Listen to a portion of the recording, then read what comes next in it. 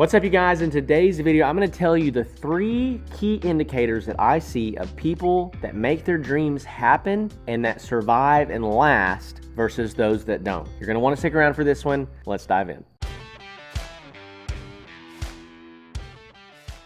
What is up, you guys? Welcome back to the channel, and in today's video I want to talk to you specifically about the difference between those that succeed and those that don't. And so this is not as woodworking related or handmade business related. This is more personal development related, and the reason that we do these videos and the reason that we talk about this sort of thing is because inside of the programs that we offer, we deal with all kinds of people. We have clients all over North America, and we see people inside of these programs that step in and crush it, and we see people that step into these programs that have all the same access that don't succeed, that don't win, that don't get where they're trying to go. We have to ask ourselves, what's the difference? What are the things that really determine whether somebody succeeds or not? And it's very easy to focus sometimes on the strategies and the tactics of like, well, I just need to know more information. A lot of times that's the truth. You need more information. That's why we do what we do, and that's why we help people grow their business. But a lot of times, even with the right information, if you have the wrong mentality or the wrong character traits, you're not going to make it.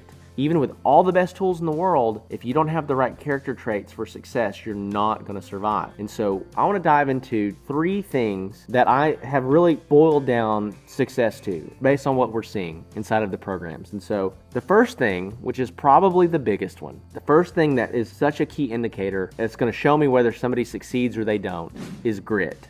How much grit do you display? So what is grit? Well, grit is basically the ability to endure, the ability to go through bad seasons and come out of a bad season. Grit is the ability to get bad news and keep moving forward. Grit is the ability to get kicked in the face, to get beat up, to have bad day after bad day, but keep moving forward. If you don't have grit, you're never going to understand what your true potential is, because you need grit right when you're starting. You need grit right when you're kicking off the running blocks inside of your business or inside of your life or whatever that might be, because you're going to have challenges right out of the gate because you're not equipped, you don't know how to handle them, you've never dealt with it before. So you have to have grit then, but then you're going to learn and you're going to get better and you're going to get through those hurdles, right? And then the next stage is going to have more hurdles and you have to display grit then. And the next stage is going to have more hurdles and you're going to have to display grit then. And it's like right now, I mean, our woodworking business is doing around $70,000 per month, and I'm reminded constantly of the grit that we still need to have, of the ability to persevere that we still have to have, the ability to keep going in the face of adversity right now. Even though we've grown so much from just me in my garage back in 2017, we still need grit even now. This is just such a key indicator, because people that throw in the towel, they never get to see their true potential, right? And you have to also have wisdom and discernment of when is the right time to throw in the towel and when is it not the right time to throw in the towel.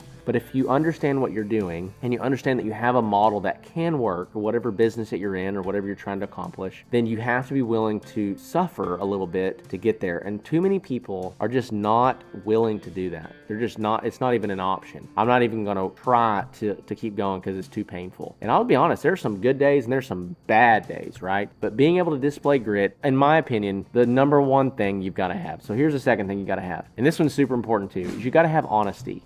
Too many people lie to themselves again and again and again inside of their business. They will not confront the brutal facts, and I call this ostrich syndrome. It's very easy to get ostrich syndrome inside of your business and stick your head in the sand and say, if I just stick my head in the sand, when I pop it up out of the sand, everything's going to be fine. That's not the case. I promise you, if you stick your head in the sand, it's going to be worse when you lift your head up. And so you got to make sure that you're brutally honest about the facts inside of your business, that when you're in a cash flow bind, you really look and identify why. Why are we struggling? Why are we not doing well? What's the challenges that we're facing? What's going on? And so if you'll do that, it'll allow you to make wise decisions, and it'll allow you to actually confront the issue. And this is why people are in tons of debt. This is why people are a mess financially. This is why the divorce rate is 50% or higher now. And it's because people don't confront issues when they arise. They love to stick their head in the sand and act like they're just going to magically go away, but that's never actually the case. You have to have enough grit and perseverance, and you have to have enough honesty with yourself to be able to look all of your issues in the face and be brutally honest honest with yourself and say, listen, my business stinks because I'm not good at this, or my business stinks because I don't follow up with clients, or my business stinks because I don't do what I'm supposed to do, or I don't have the discipline that it takes to run this business. You have to be able to have a really honest look at yourself and be truthful about what it is that you're doing or what it is that you're not doing and why you're getting the results that you're getting. And so that's the second one. The third one, which is so incredibly important, I said the first one was the most important. I think they're all really important. But we got grit, we have honesty. But then the third is just a desire to learn, just a passion for learning. If you get into business and you're never learning something new, you're going to be outdated. You're not going to be able to continue to evolve and change with the times. If you're never constantly figuring out how can you tweak and improve something, you're going to get stuck. And so you have to always be looking for the next thing that you're going to learn. You have to be looking for the next thing that's going to kind of get you where you're trying to go. Let's say you have a ton of grit. And let's say that you're honest with yourself, but you don't have a desire to get better. You don't have a desire to learn. I know people that have a ton of grit, but they have grit digging ditches. They get up every day and they just go dig more ditches. Like if they're trying to build something financially, like I don't think you're making a ton of money digging ditches. Well, let's say that you had a goal to become a millionaire and you displayed the character trait of having a bunch of grit. Well, you'd get up every day and you'd go dig that ditch, right? But then if you're being honest with yourself, you'd say, man,